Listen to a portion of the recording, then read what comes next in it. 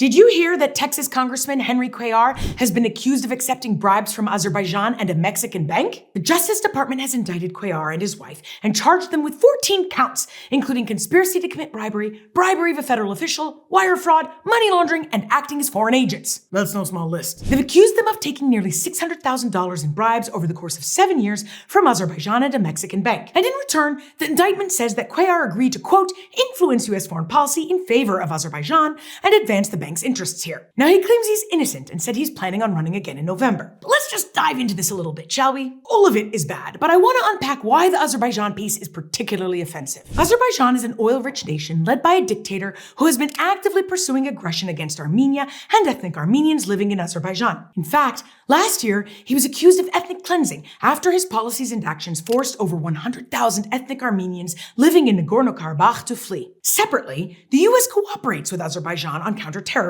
and so since 9/11, the U.S. has sent military aid to Azerbaijan specifically for those operations. But Congress has always been concerned about Azerbaijan's aggression toward Armenia, so a law called the U.S. Freedom Support Act bans U.S. aid to the Azerbaijani government unless the president can ensure that that aid does not threaten Armenians. And so up until 2023, different administrations had been issuing a waiver to send that aid. But over the last few years, that aid had become particularly controversial following Azerbaijan's war against Armenians in Nagorno-Karabakh in 2020, their subsequent efforts to increase hate against Armenians, and then their 9-month-long blockade against Nagorno-Karabakh that ultimately ended with an exodus of the Armenians who were living there in September 2023. 2 months after that, the Senate grew a spine and unanimously passed a bill called the Armenian Protection Act that repealed all military assistance to Azerbaijan for at least 2 years. And so while all this was happening, Representative Cuellar, who was a member of the House Appropriations Committee and subcommittees on defense and military construction, might have been accepting cash from Azerbaijan. According to the indictment, in exchange for the bribery payments,